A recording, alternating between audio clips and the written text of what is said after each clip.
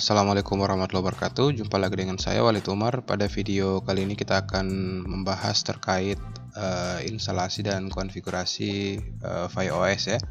Sebagai contoh kasusnya, kita akan menjadikan FireOS-nya menjadi sebuah server gateway ya, gateway yang berfungsi sebagai NAT server untuk dapat mengkomunikasikan klien yang ada pada jaringan lokal ke internet ya.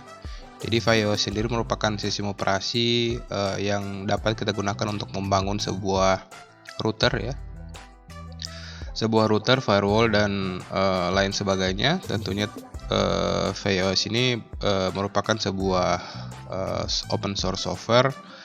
Jadi dapat kita gunakan untuk berbagai kebutuhan kita ya. Jadi dia dapat berfungsi sebagai untuk menjalankan proses routing, dapat menjalankan fitur BGP ya, fitur-fitur routing dynamic, fitur VPN ya, hampir semua VPN sudah disupport, fitur firewall dan NAT, layanan jaringan ya, network service, high availability ya, load balancing, dan yang paling utama FireOS ini dapat kita custom untuk dapat kita install pada server kita ataupun pada data center yang kita kelola ya. Jadi kali ini kita akan mendemokan melakukan instalasi FireOS pada Proxmox ya. Jadi kita bisa lihat sekarang Proxmox-nya sudah jalan. Kita akan memulai prosesnya dari proses instalasi ya. Jadi kita akan coba reset. Oke, kita akan lakukan proses instalasi untuk FireOS-nya. Oke, kita akan install. Oke, proses instalasinya sedang jalan ya. Tinggal tunggu aja. Sekedar informasi untuk mesin Proxmox yang kita VM pada Proxmox yang kita gunakan saat ini, itu memiliki dua interface ya. Interface pertama atau ETH 0-nya ya, itu menuju atau mengarah ke WAN, dan interface yang kedua atau ETH 1 itu mengarah ke server lokal kita ya, atau ada klien yang sudah saya sediakan untuk dapat mensimulasikan proses konfigurasi sederhana ya. Oke, sekarang sudah masuk di FireOS-nya. Kita bisa login menggunakan user dan password default ya. Password user dan password defaultnya adalah FireOS. Passwordnya juga sama.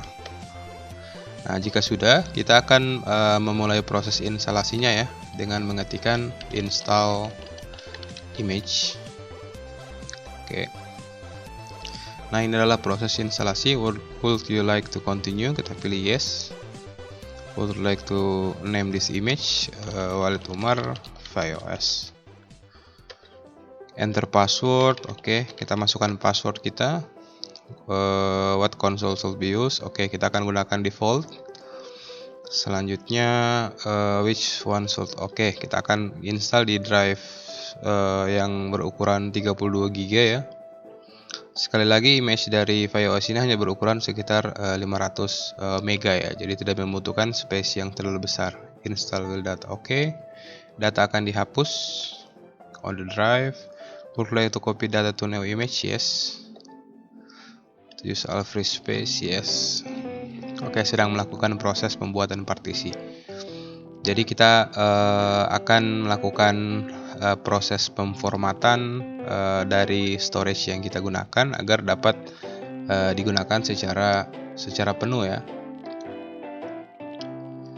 Oke, kita tunggu hingga proses pemformatannya selesai. Oke, sekarang sudah selesai. Kita bisa langsung melakukan reboot untuk merestart server kita. Oke, di sini kita pilih hard disk ya.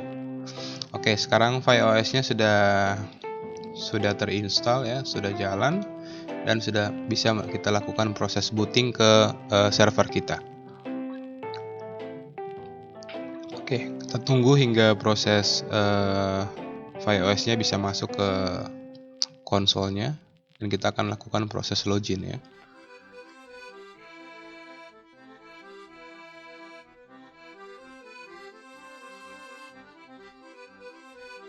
Oke, sekarang sudah berhasil booting dan sudah masuk ke halaman login ya. Kita bisa login menggunakan user dan password yang kita sudah buat tadi. Oke, proses loginnya sudah berhasil. Selanjutnya kita akan melakukan pengecekannya untuk interface dan lain sebagainya. Kita akan cek show interface. Oke, kita bisa lihat di sini ada interface ETH0, ada interface ETH1 dan ada interface loopback ya. Jadi kita akan melakukan proses konfigurasi pada ViOS-nya. Nah, metode konfigurasinya kita akan di ViOS agak sedikit berbeda ya. Kita untuk melakukan proses konfigurasi, kita bisa langsung melakukan proses konsol ya. Dan sebelumnya kita harus mengetikkan perintah configure terlebih dahulu untuk masuk ke configuration edit ya, atau mode konfigurasi. Selanjutnya kita akan melakukan set atau setting pada interface ya. Set interface Ethernet ETH0 ya, untuk interface ETH0 address DHCP. Kita enter. Selanjutnya kita set interface Ethernet ETH0 description ya. Kita berikan deskripsi ETH0-nya agar jadi 1. Jangan lupa juga kita akan set interface ETH1 ya. Jadi prinsip konfigurasinya kayaknya sama persis ya, atau mirip-mirip dengan konfigurasi pada MikroTik dan Cisco ya. Kita akan setting IP address untuk interface ETH1. Jadi menggunakan IP static. Oke, kita enter. Kita set ETH1, deskripsi dari ETH1-nya. Kalau tadi ETH0-nya 1, ETH1-nya sekarang jadi LAN ya. Selanjutnya kita set sistem name server ya, 888. Oke, set sistem time zone ya. Kita set time zone-nya jadi Asia Makassar.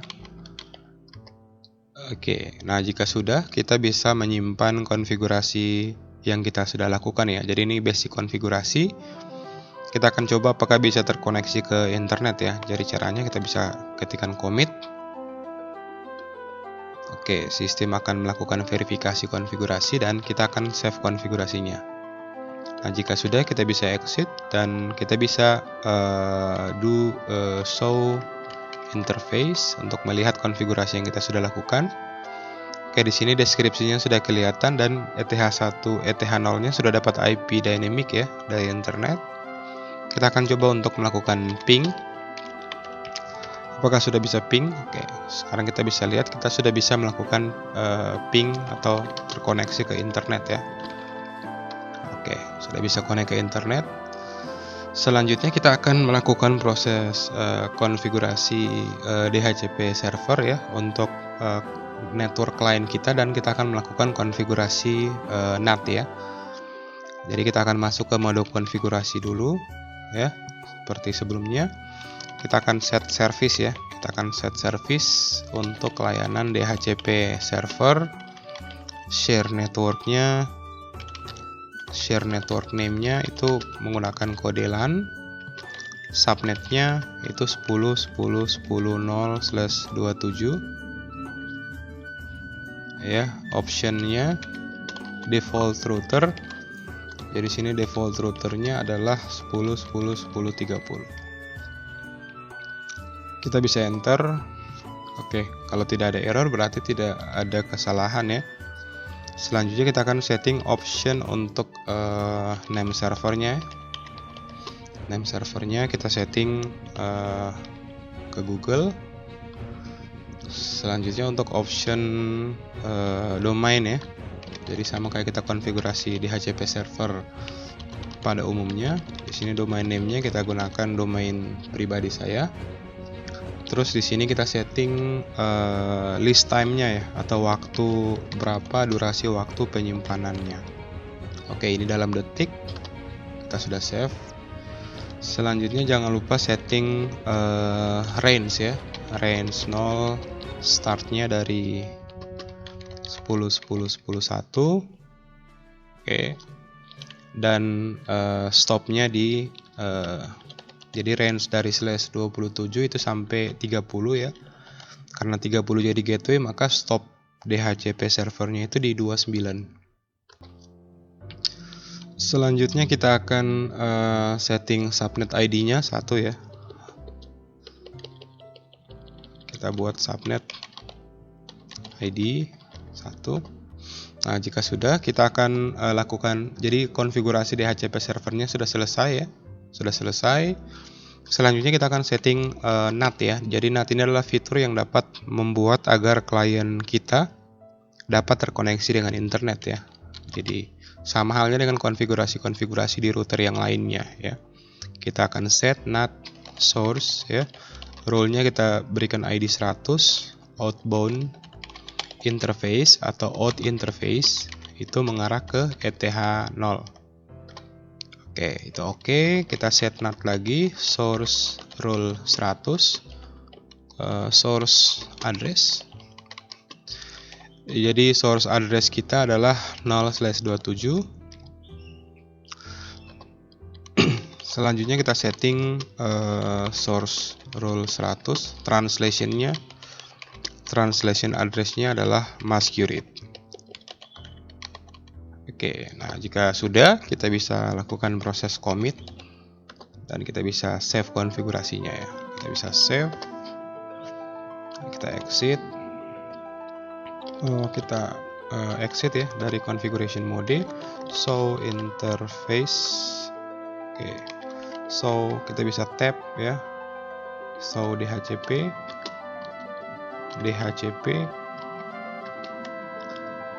server statistik ya. Oke, sudah jalan ya service DHCP-nya di interface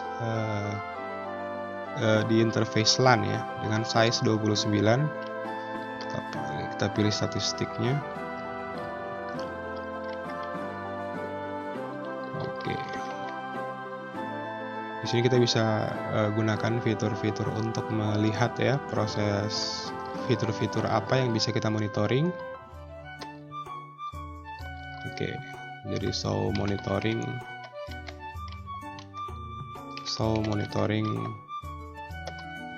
Oke.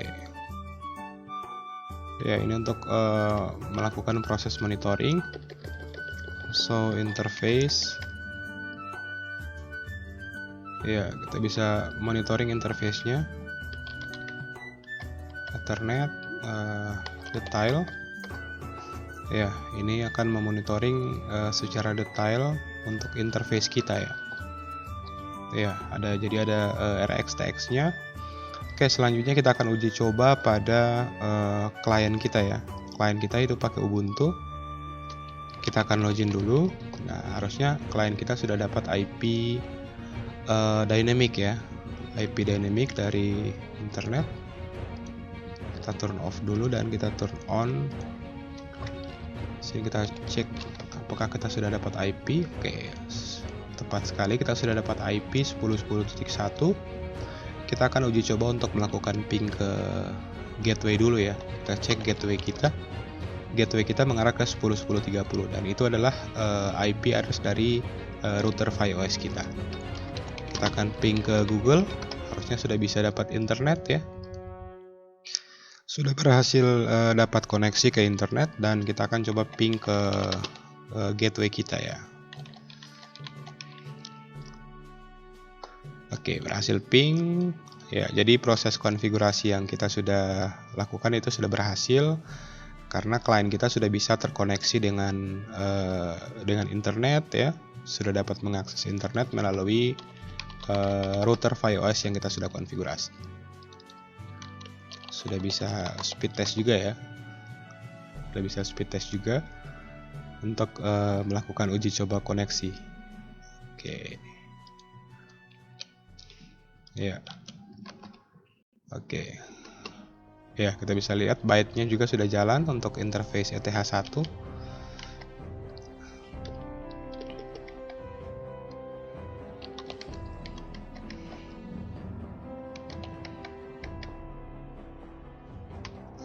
Ya, sudah kelihatan ya untuk NIC statistiknya ada RX sama TX ya. Oke, sekian video tutorial kali ini. Semoga apa yang saya sampaikan bermanfaat.